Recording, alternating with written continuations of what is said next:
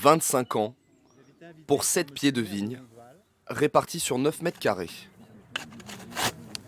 Cela peut paraître dérisoire, mais c'est une grande victoire pour ces viticulteurs. La satisfaction d'avoir fait quelque chose, d'avoir abouti à un résultat. Parce que bon, quand vous travaillez à quelque chose depuis 20 ans, vous dites on va jamais y arriver. Bon, c'est pas terminé, il y a encore du travail. Quand je suis entré dans l'association, c'était il y a 25 ans, j'espérais être vigneron. Bon ben, ce sera mes enfants.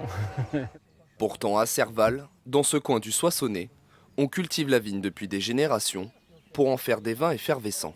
Ça appartenait déjà à mes grands-parents. Il y avait de la vigne d'ailleurs jusqu'en haut. Alors c'était spécial parce qu'ils faisaient du vin rouge et puis nous les enfants, quand j'avais 4 ou 5 ans, ils nous racontaient une histoire, je vais vous faire un miracle. Alors ils brûlaient du soufre dans le tonneau et bien sûr le vin devenait blanc. Donc ils faisaient du vin rouge pressé et du vin blanc avec le soufre. Après des décennies de joutes administratives, ils ont enfin obtenu le droit de planter sur une micro-parcelle. Aujourd'hui, il n'y a pas de vignes en production de champagne dans ce secteur. On a des vignes comme ici uniquement en vigne patrimoniale pour la consommation personnelle. Parce que pour produire du champagne et pour le vendre, il faut avoir des droits de plantation. Ce qu'on n'avait pas jusqu'ici.